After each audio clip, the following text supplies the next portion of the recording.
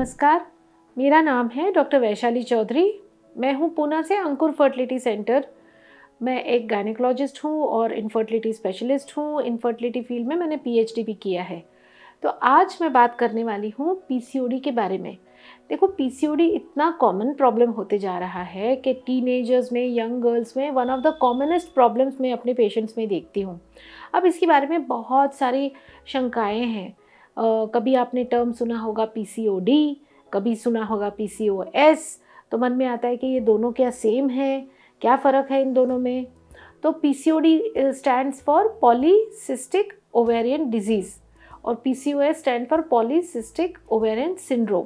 अब ये डिजीज़ मतलब एक डिजीज़ है, एक पार्ट है, और सिंड्रोम मतलब उसके साथ बाकी भी कॉम्प्लिकेशंस आए हुए हैं और मेटाबॉलिक प्रॉब्लम्स आए हुए हैं, जिसकी वजह से इन सबको एक साथ मिलके हम बोलते हैं सिंड्रोम। पॉली का मतलब है बहुत ज़्यादा, सिस्ट का मतलब है पानी से भरी हुई गांठें, और ओवरी का मतलब है अंडाशय, और डिजीज़ का मतलब है बीमारी।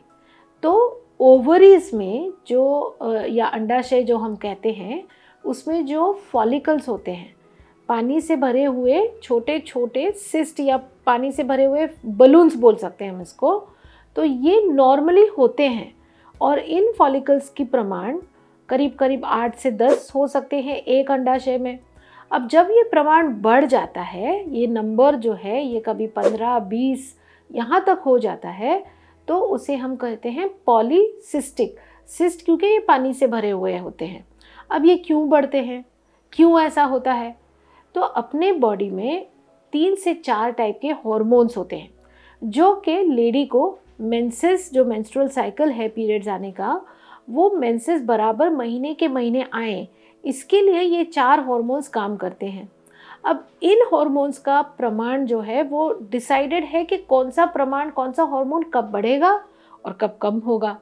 तो ये जो बैलेंस है इन सारे हॉर्मोन्स का, तो जब ये हॉर्मोन्स का बैलेंस बिगड़ जाता है तो होता है पॉलीसिस्टिक ओवेरियन डिजीज़। तो ये हार्मोनल प्रॉब्लम है, क्योंकि ये सारे हॉर्मोन्स होते हैं केमिकल्स के जैसे, जो ब्रेन में बनते हैं और उनका एक्शन होता है यूट्रस पे और ओवरीज पे। तो ये बैलेंस बिगड़ने के लिए आजकल कहते हैं कि जेनेटिक भी हो गया है पीसीओडी। मतलब आपका जब जन्म हुआ तो आपने शायद वो इनहेरिट किया कि पीसीओडी होने का जो जीन है वो आपकी बॉडी में ऑलरेडी आ चुका है। और अगर आपका लाइफस्टाइल ख़राब हुआ, मतलब आपका बिल्कुल डाइट अच्छा नहीं है, आपका एक्सरसाइज नहीं है, फिजिकल एक्टिविटी बहुत कम है, तो आप में ये प्रकट होंगे जीन्स और आपको फुल फ्लेश्ड पीसीओडी हो सकता है। किसी किसी को थोड़े प्रमाण में होता है, किसी किसी को ज़्यादा प्रमाण में होता है। तो इसमें प्रॉब्लम्स क्या होती हैं? प्रॉब्लम्स होती हैं पीरियड्स का ठीक टाइम पर नहीं आना, एक्नी मतलब पिंपल्स आना, बाल झड़ना, ये गले पर एक छोटा सा ऐसे ब्लैक सा रैश आ जाता है गर्दन के पीछे की तरफ, और वज़न बढ़ जाता है जो कि जल्दी जल्दी घटता नहीं है, और इनफर्टिलिटी मतलब प्रेगनेंसी रहने में भी मुश्किल हो जाती है। तो ये लाइफस्टाइल डिजीज़ है मैंने कहा। तो लाइफस्टाइल मॉडिफिकेशन से हम इस प्रॉब्लम को कम कर सकते हैं। उसमें डाइट का रोल सबसे इम्पॉर्टेंट है। डाइट मतलब लो कार्बोहाइड्रेट, हाई प्रोटीन। अगर आप वेजिटेरियन हो तो आपको प्रोटीन्स की संख्या समझो कि सोयाबीन से मिल सकता है, पनीर से मिल सकता है, दूध से मिल सकता है, स्प्राउट्स जो होते हैं वो वेरी इंपॉर्टेंट, ऑल पल्सेस, दाल। तो ये जो नॉर्मल प्रोटीन युक्त आहार है वो आपको बढ़ाना चाहिए।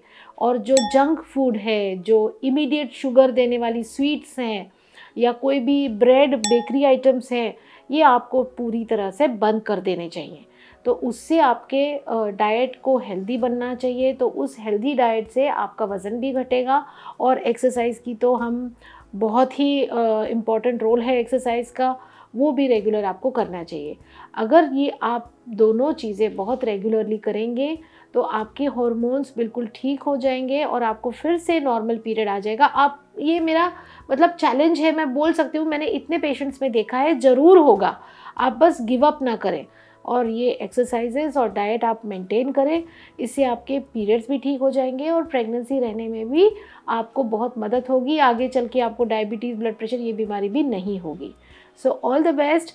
आपको इसी विषय में कोई शंका हो, कोई पूछना हो तो आप यहाँ मेंशन किए हुए नंबर पे ज़रूर संपर्क करें, हम ज़रूर आपको कॉन्टैक्ट करके आपकी शंका दूर करेंगे।